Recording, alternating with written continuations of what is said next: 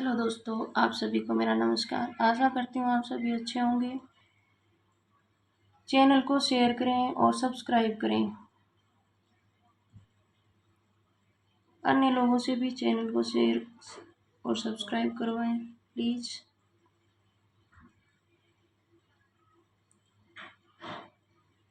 निर्देश। इस प्रश्न में दो कथन दिए गए हैं। इनमें से एक स्थापना है और दूसरा तर्क। दिए गए विकल्पों में सही विकल्प का चयन कीजिए। स्थापना। जैसे विषय में विश्वात्मा की अभिव्यक्ति होती है, वैसे ही नाटक की रस की। तर्क। क्योंकि संघर्ष की नाट्य स्थितियों में ही रसास्वादन की प्रक्रिया विकसित होती रहती है। ये दोनों ही सही है। जैसे विश्व में विश्वात्मा की अभिव्यक्ति होती है, वैसे ही नाटक में रस की कथन सही है। कारण। क्योंकि संघर्ष की नाट्य स्थितियों में ही रसास्वादन की प्रक्रिया विकसित होती रहती है। निम्नलिखित कथनों में रामविलास शर्मा के हैं। कौन से कथन रामविलास शर्मा के हैं इसमें से? तो साहित्य का प्रचारात्मक प्रश्न सामाजिक जीवन की यथार्थ की कसौटी पर हल किया गया है, ये रामविलास शर्मा का है। और पिछली संस्कृति, ऑप्शन नंबर सी, से नाता तोड़कर हवा में नई संस्कृति को जन्म नहीं दिया जाता, ये भी सही है। मतलब ए और सी सही है। Option number, answer number A विकल्पों में से। रामविलास शर्मा के कथन के अनुसार साहित्य की प्रचारात्मकता का प्रश्न सामाजिक जीवन की यथार्थता की कसौटी पर हल किया जा सकता है तथा संस्कृति से नाता तोड़कर हवा में नई संस्कृतियों को जन्म नहीं दिया जा सकता। शेष कथन का संबंध रामविलास शर्मा से नहीं है। निम्नलिखित रचनाकारों को उनकी रचनाओं के साथ सुमेलित कीजिए। दिए गए कूट का प्रयोग करते हुए सही उत्तर का चयन कीजिए। रामधारी सिंह दिनकर, एकलव्य, रामकुमार वर्मा, पथिक, रामनरेश त्रिपाठी, जमीन एक पक्की रही, केदारनाथ, दिल्ली दरबार, बात बोलेगी, ये ऑप्शन दे रखे हैं। अब कौन सी रचना किसकी है? रामधारी सिंह दिनकर, दिल्ली। रामकुमार वर्मा, एकलव्य। रामनरेश त्रिपाठी, पथिक। केदारनाथ सिंह, जमीन पक रही है। और बात बोलेगी शमशेर सिंह बहादुर की है। रामधारी सिंह दिनकर, दिल्ली। रामकुमार वर्मा, एकलव्य। रामनरेश त्रिपाठी, पथिक। केदारनाथ सिंह, जमीन पक रही है। बात बोलेगी शमशेर बहादुर सिंह। रामधारी सिंह दिनकर, दिल्ली। रामकुमार वर्मा, एकलव्य। रामनरेश त्रिपाठी, पथिक। केदारनाथ सिंह, जमीन पक रही है। शमशेर बहादुर सिंह, बात बोलेगी। निम्नलिखित आधुनिक प्रबंध काव्यों के पुरुष पात्रों को उनकी चारित्रिक विशेषताओं से सुमेलित कीजिए। नीचे दिए गए कूट का प्रयोग करते हुए सही उत्तर का चयन कीजिए। तो ये इसमें 5 दे रखे हैं ऑप्शन। मृत्यु के प्रश्न से पात्र, आत्मजयी का नचिकेता से संघर्ष पात्र से लिया गया है। इसका आंसर है ऑप्शन नंबर बी, जिसमें ये दे रखा है। कामाध्यात्म के प्रश्न से उर्वशी का पूर्वा जूझता पात्र। युद्ध के प्रश्न से संशय की एक रात जूझना पात्र का राम। अपनी दुर्बलता का क्या है? कामायनी का जूझता मनु।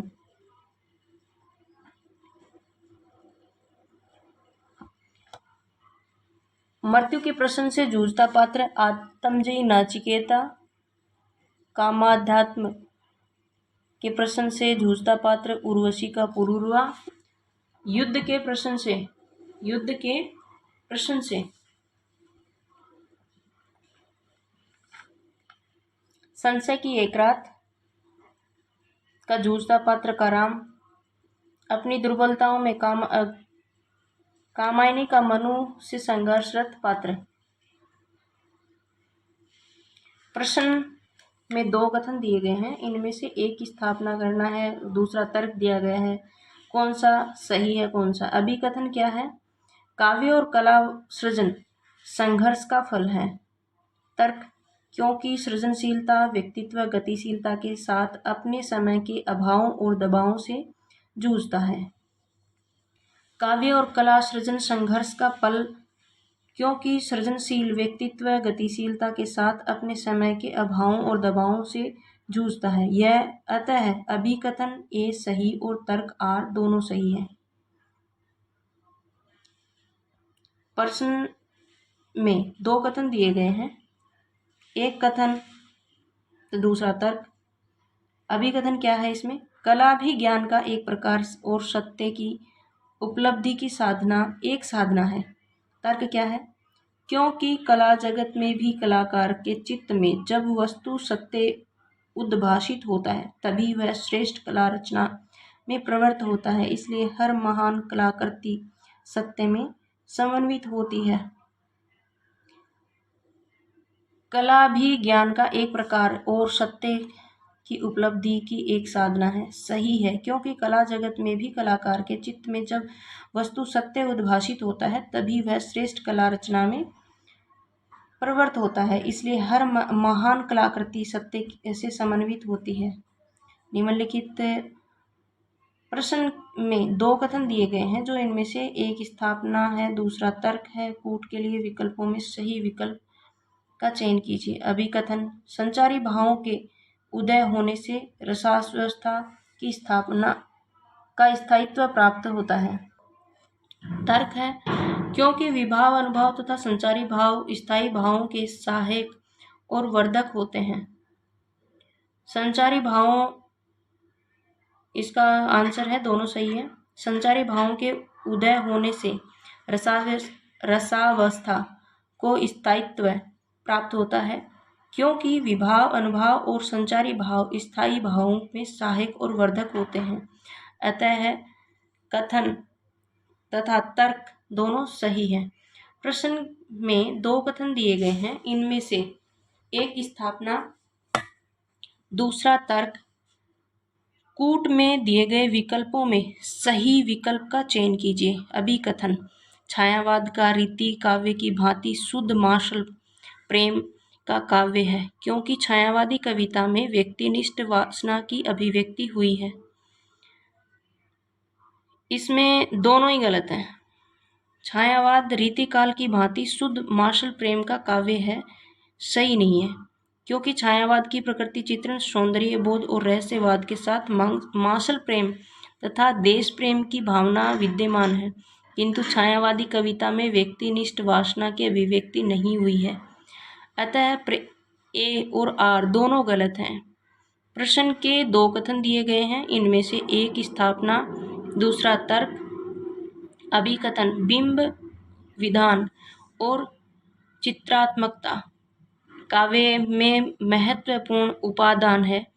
इनमें से कविता सौंदर्य की वृद्धि होती है, किंतु ये साध्य नहीं है। तर्क, क्योंकि कला की शक्ति का मूल स्रोत मिट्टी और जीवन है। कोर बिंबों का खेल कोरी आतिशबाजी का है। बिंब विधान और चित्रात्मकता काव्य में महत्वपूर्ण उत्पादन, इसमें कविता में सौंदर्य की वृद्धि होती है, किंतु ये साध्य नहीं, क्योंकि कला की शक्ति का मूल स्रोत मिट्टी और जीवन है। कोरे बिंबों का खेल कोरी आतिशबाजी का काम है। अतः अभिकथन ए और तर्क आर दोनों सही हैं। प्रश्न में दो कथन दिए गए हैं, इनमें से एक स्थापना है, दूसरा तर्क है। आर कूट में दिए गए विकल्पों में से सही विकल्प का चयन कीजिए। अभिकथन वीरता का अनुकरण किया जा सकता है वैसे ही जैसे मन की प्रसन्नता आधार ली जाती है। तर्क, क्योंकि वीरता का संबंध शरीर बल से होता है और मनोबल से नहीं, वीरता का अनुकरण किया जा सकता है वैसे ही जैसे मन की प्रसन्नता उधार ली जा सकती है। गलत है, क्योंकि वीरता का अनुकरण संभव नहीं है, पर अभ्यास आदि से, न कि मन की प्रसन्नता से उधार लेकर, क्योंकि वीरता का संबंध शरीर बल के साथ मनोबल से भी होता है। अतः ए और आर दोनों गलत हैं। प्रश्न के दो कथन दिए गए हैं, इनमें से एक स्थापना है, दूसरा तर्क है। कूट में दिए गए विकल्पों में से सही विकल्प का चयन कीजिए। परंपरा रूढ़ि पालन नहीं है, आधुनिकता की पक्षधर है, क्योंकि परंपरा के अतीत के प्रति आसक्ति और परिवर्तन का निषेध होता है। ए सही है, आर गलत है। परंपरा रूढ़ि पालन नहीं, आधुनिकता की पक्षधर है, क्योंकि परंपरा में अतीत के प्रति आसक्ति तो है किंतु परिवर्तन का निषेध नहीं होता। यह कथन ए सही है तथा तर्क आर गलत है। प्रश्न में दो कथन दिए गए हैं, इनमें से एक स्थापना, दूसरा तर्क। कूट में दिए गए विकल्पों में से सही विकल्प का चयन कीजिए। उपभोक्ता सभ्यता से असंतोष भावादि बुद्धिजीवियों के लिए स्वाभाविक है। तर्क है, क्योंकि उनके अनुसार इस सभ्यता में मानव मूल्यों में गिरावट आई है। ये दोनों सही हैं। उपभोक्तावादी सभ्यता में असंतोष भाववादी बुद्धिजीवियों के लिए स्वाभाविक है, क्योंकि उनके अनुसार इस सभ्यता में के मानव मूल्यों में गिरावट आई है। ये दोनों ही कथन सही हैं। प्रश्न में स्थापना और तर्क दिए गए, विकल्पों में से सही का चयन करना है। सौंदर्य पर कारक धर्मों का अलंकार कहते हैं, तर्क है, लेकिन इनका कल्पना से कोई संबंध नहीं है। ए सही है, सौंदर्य कारक धर्मों को अलंकार कहते हैं, लेकिन इसकी कल्पना से कोई संबंध नहीं होता। ये सभी गलत है। तभी तो काव्य में कवि द्वारा कल्पना करके जीव जगत नायिका वर्णन में चमत्कारपूर्ण अभिउक्तियां कहता है। प्रश्न में दो कथन दिए गए हैं, तर्क और अभिकथन। क्लासिक नाटक देशकालातीत नहीं होता, क्योंकि क्लासिक नाट्य रचना का एक गतिशील पाठ है। इसमें ए गलत है और आर सही है। क्लासिक नाटक देशकालातीत नहीं होता, ये गलत है, क्योंकि ये तो होता है, और क्लासिक नाट्य एक गीतशील पाठ है, ये सही है। वही तर्क और उसका है कथन का। जयशंकर प्रसाद का चंद्रगुप्त नाटक स्वतंत्रता और गणतंत्र का यूटोपिया है। इसका तर्क है, इसलिए उन पर वर्तमान से पलायन और इतिहास के गड़े मुर्दे उखाड़ने का सही आरोप लगा है। सही आरोप लगा है। इसका आंसर क्या है? ए सही है और बी गलत है, मतलब आर गलत है। जयशंकर प्रसाद का चंद्रगुप्त नाटक स्वतंत्रता और गणतंत्र का यूटोपिया है, ये तो सही है। यूटोपिया आदर्श राज्य है, जबकि इसलिए उन पर वर्तमान से पलायन और इतिहास में गड़े मुर्दे उखाड़ने का सही आरोप लगा है। यह तर्क गलत है। यह अभिकथन ए सही है और आर गलत है। वही तर्क और कथन का है। अभिकथन, मैथिली शरण गुप्त भारतीय संस्कृति की आख्यायिका है, इसलिए उनके काव्यों के आधुनिक दृष्टिकोण नहीं मिलते।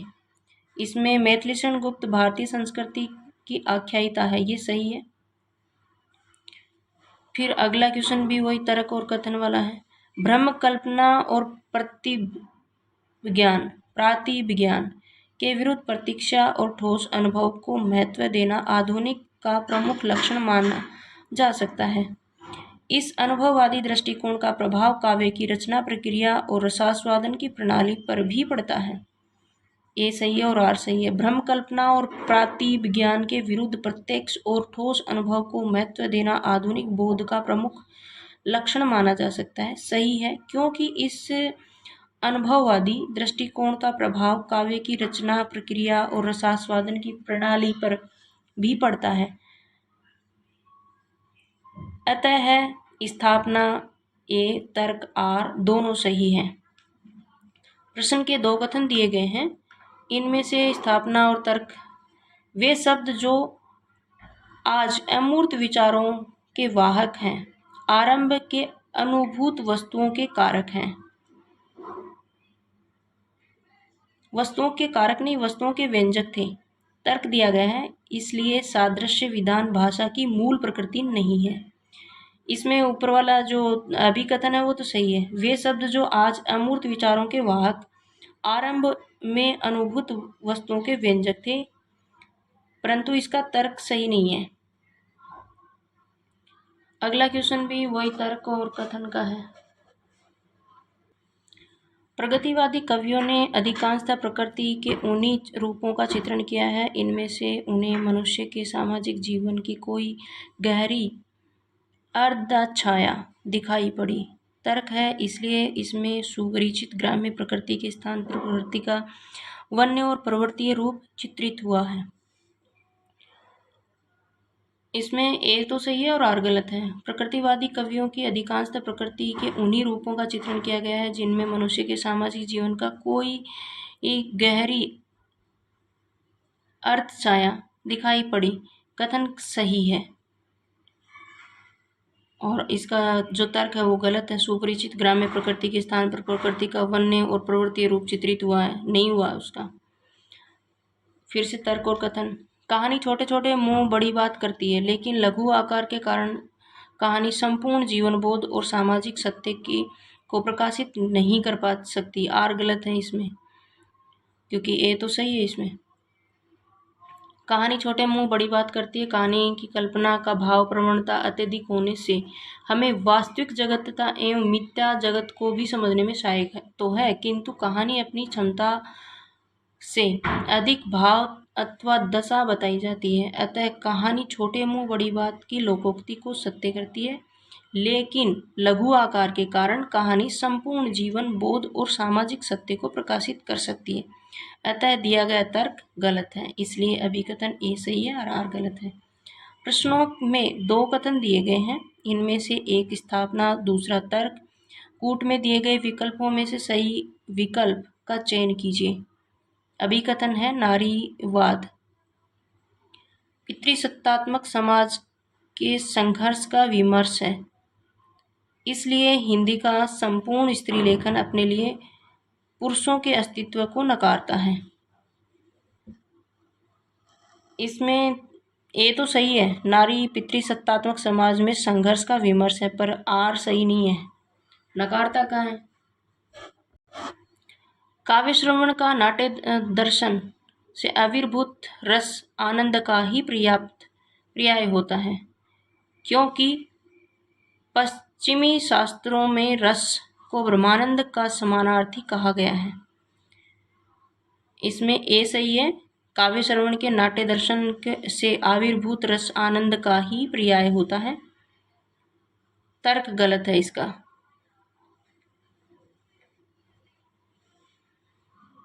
क्योंकि सहृदय पाठक या दर्शक काव्य से नाटक देखने से जो भाव उत्पन्न होता है वह आनंद की अनुभूति करता है। इसलिए भारतीय शास्त्रों में रस को ब्रह्मानंद का समानार्थी कहा गया है, न कि पश्चिमी शास्त्रों का। भारतीय शास्त्रों में कहा गया है, न कि पश्चिमी शास्त्रों में। ये पश्चिमी शब्द गलत है यहाँ पे। फिर से अगला क्वेश्चन आया है, तर्क और कथन का नहीं है। जाके मोह माथा नहीं रूप कुरूप, ये है कबीर की पंक्ति। ओमन जिन जगत ओमन जानी कविता अस कहानी मुक रहे जगत में चीना, ये जायसी की है। हरी है रीति पढ़ी, हरी है राजनीति पढ़ी आइए, ये सूरदास की है। नमामि समीशान निर्वाण रूपम विभुम व्यापकम ब्राह्म वेद रूपम, ये है तुलसीदास की।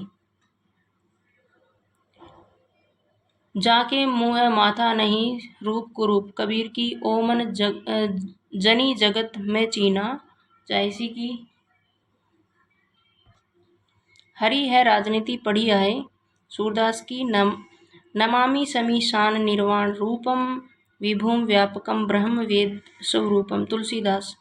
जन्म काल के अनुसार निम्नलिखित रचनाकारों का सही अनुक्रम है।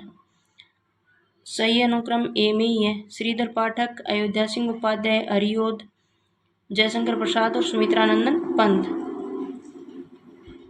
श्रीधर पाठक 1859, हरिओद 1865, जयशंकर प्रसाद 1889, सुमित्रानंदन पंत 1900। श्रीधर पाठक 1859, हरिओद 1865, जयशंकर प्रसाद 1889, सुमित्रानंदन पंत 1900। संस्कृत का कोई भी शब्द मनचाहे ढंग से तोड़ मरोड़ कर तद्भव नहीं बनाया जा सकता। उपयुक्त विचार पर किस विद्वान का है? रामविलास शर्मा का। दिया गया कथन संस्कृत का कोई भी मनचाहे ढंग से तोड़ मरोड़ कर तद्भव नहीं बनाया जा सकता, यह कथन रामविलास शर्मा का है। जबकि सुनीति कुमार चटर्जी, जॉर्ज ग्रियर्सन और नामवर सिंह ने इस कथन के संबंध में नहीं कहा। फिर से कथन और तर्क वाला आ गया। बिंबवाद में शब्दों की कम खर्ची भाषा के सगुण कम से कम शब्दों के प्रयोग से अधिकाधिक अर्थ व्यंजना को महत्व दिया गया है। तर्क है, बिंबवाद के समर्थकों का मानना था कि विषय का सपाट और प्रत्यक्ष निरूपण किया जाना चाहिए। इसमें एक तो सही है, स्थापना तो आर गलत है। बिंबवाद के शब्दों की कम खर्ची भाषा और समास गुण कम से कम शब्दों में प्रयोग अधिकाधिक अर्थ व्यंजना को महत्व दिया जाता है। ये तो सही है इसमें। जबकि दिया गया तर्क बिंबवाद के समर्थकों का मानना था कि विषय का सपाट और प्रत्यक्ष किया जाना चाहिए। स्थापना के संबंध में सही नहीं है ये। फिर अगला फिर से तर्क और कथन का ये जो कि पढ़ेंगे हम अगले वीडियो में। चैनल को शेयर करें और सब्सक्राइब करें। प्लीज़ मेरी हेल्प करें चैनल को सब्सक्राइब करके, रिक्वेस्ट है आपसे।